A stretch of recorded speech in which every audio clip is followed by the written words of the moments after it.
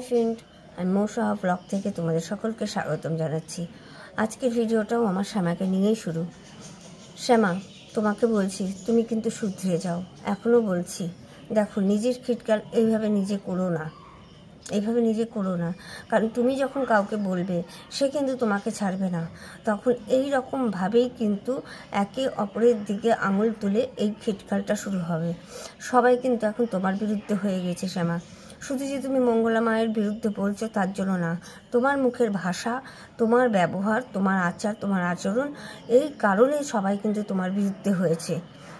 মঙ্গলা মায়ের জন্য যে তোমার বিরুদ্ধে হয়েছে তা কিন্তু না শ্যামা। মঙ্গলা মায়ের পক্ষেও মানুষ আছে, বিপক্ষেও মানুষ আছে। একটা মানুষের ভালো দিক যেমন আছে, মন্দ দিকও আছে। তো তোমার ভেতরে যতটুকু ভালো দিক আছে তুমি সেটাকে তুলে ধরো। তুমি ছেড়ে দাও এই লাইনটা। তুমি এইভাবে মানুষকে বলতে পারো না। তুমি যত বলবে তুমি তত শুনবে। তোমার শুনতে ভালো লাগছে? প্রতিটা মানুষ যে তোমাকে বলছে তোমার শুনতে ভালো লাগছে? তুমি তো একটা একটা মানুষকে বলছো, এবং ওই একটা একটা মানুষ একজোট হয়ে তোমাকে বলছে। তোমার ভালো লাগছে এগুলো? তোমার বাচ্চা কাচ্চারা শিখছে, কি দেখছে মাকে সবাই এইভাবে বলছে, তাদের কি ভালো লাগছে? তোমার জন্য তোমার বাচ্চারা শুদ্ধ আজ সবার কাছে কথা শুনছে, অভিশাপ শুনছে, সব কিছু। তুমি কালকে লাইভে বসে দেখো কি বিশ্রী বিশ্রী ভাষাগুলো তুমি বললে। তুমি নুপুরকে বললে কানের গোড়ায় থাপ্পড় মেরে কান দিয়ে রক্ত বের করে দেবো, আরও অনেক কিছু বলেছো। তারপর একটা যেন কি বললে তুমি, দুশ্চরিত্রহীন নাকি যেন একটা বললে।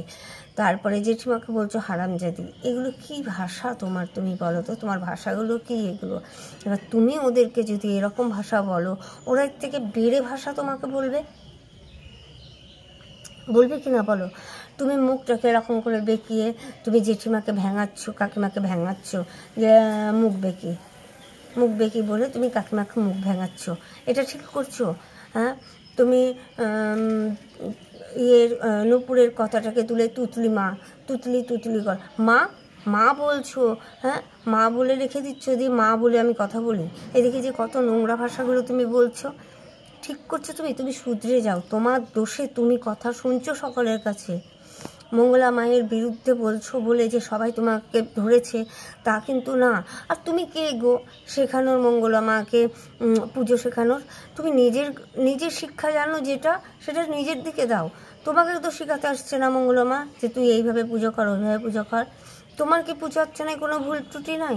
অবশ্যই আছে। দেখো, আমি তো কিচ্ছু জানি না, মন্ত্র জানি না, তন্ত্র জানি না, পুজো করতেও সেরকম জানি না। ঘরোয়া পুজো যেমন দেয় আমি তেমনটাই পুজো করি। তবে এতটুকুটা জানি, মধ্যমা আঙুল দিয়ে কখনো ঠাকুরকে সিঁদুর পরাতে হয় না। তুমি কিন্তু সেটা পড়াচ্ছ, মধ্যমা আঙুল দিয়ে তুমি ঠাকুরকে সিঁদুর পরাও। কই বলতে দেখেছো কখনো আমাদেরকে? তোমাকে শেখাতে গিয়েছি? তুমি পড়াও, সেটা তোমার ব্যাপার। সেটা আমি তো কই তোমাকে শেখাতে যাচ্ছি না। আর একটা, শিবের মাথায় জল কখনো সরাসরি ঢালতে হয় না। কই তোমাকে বলতে গেছি? বলতে চাইনি তো। শিবের মাথায় কখনো জল সরাসরি ঢালতে হয় না। আগে গণেশজির পুজো করতে হয়, শিবের যে মাঝখানটা সেটাতে আগে জল দিতে হয়, এরকম নিয়ম আছে আরও। তারপরে মাতা পার্বতীকে ঘোরাতে হয়, তারপর দুপাশে একটাতে মনে হয় কার্তিক অবস্থান, মানে এরকমভাবে শিবের মাথায় জল ঢালতে হয়। আমি বলতে পারছি না, তবে আমি ওই নিয়মে শিবের মাথায় জল ঢালি। প্রথমে মধ্যটাই দিই, তারপরে এই পাশটাই দিই, তারপরে এই পাশটাই দিই, পরে পার্বতী ওটা ঘুরিয়ে গৌরী পটের ওটা ঘুরিয়ে দিই, তারপরে শিবের মাথায় জল দিই। কই তোমাকে তো বলতে, তোমার তো এগুলো দেখতে পাই, কিন্তু এগুলো ভুল। আমরা কিছু জানি না, আমরা ঘরে পুজো করি, আমরা তেমন কিছু জানি না, ঘরোয়া পুজো করি, অত পুজো শেখাতেও আমি যাবো না। তা তোমাকে তো মঙ্গলা মাকে শেখানোর জন্য কেউ দেয়নি, পয়সা করে দিয়ে রেখেছে কি তোমাকে কেউ? যে মঙ্গলা মাকে পুজো শেখাতে আসো, সে পুজো করে তার মতন, তুমি পুজো করো তোমার মতন। তুমি কেন পেছনে লেগে পড়ে আছো? প্রত্যেকের পেছনে তুমি লেগে পড়ে থাকবা, তোমার পেছনে কেউ পড়বে না, এটা তুমি কী করে ভাবছো? নিজের খিটকাল তো তুমি নিজে করছো গো, নিজের খিটকাল তুমি নিজে করছো। আমরা এই যে সবাই মিলে যে তোমার নামে খিটকালটা করি, তোমার ভালো লাগে এগুলো শুনতে? ভালো লাগে? তুমি আবার বসে পড়বা তাদেরকে নিয়ে, তারা আবার বসে পড়বে তোমাকে নিয়ে, কারণ কেউ কাউকে ছাড়বে না।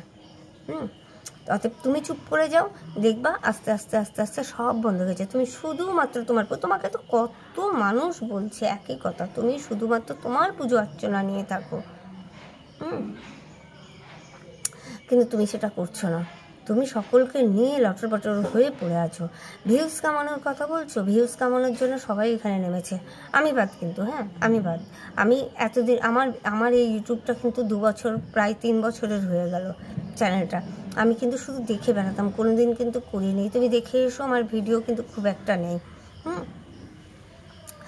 আর এই তোমাদের এইসবে ঢুকে গিয়েই হ্যাঁ আমি এই ভিডিও করা শুরু করেছি। তো ভিউজ কামাতে সকলে এসছে এখানে, এটা সত্যি কথা। তুমি এইসব করেই ভিউজ কামাবা, এটা তুমি ঠিক করেছো।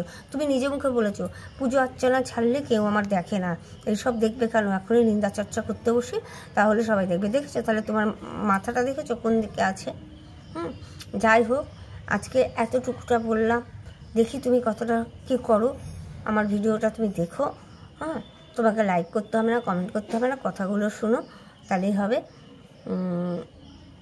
নিজের ভালোর দিকটা সবাই নিজে চায়, হ্যাঁ নোংরা নোংরা ভাষাগুলো লাইফে এসে বলছো, একদমই ঠিক করছো না। কাউকে মারবো, কাউকে চড়াবো, কাউকে হারামজাদি, কাউকে কানে থাপ্পড় মেরে করবো, কাউকে রক্ত বের করে দেবো, কাকে বলছো তুমি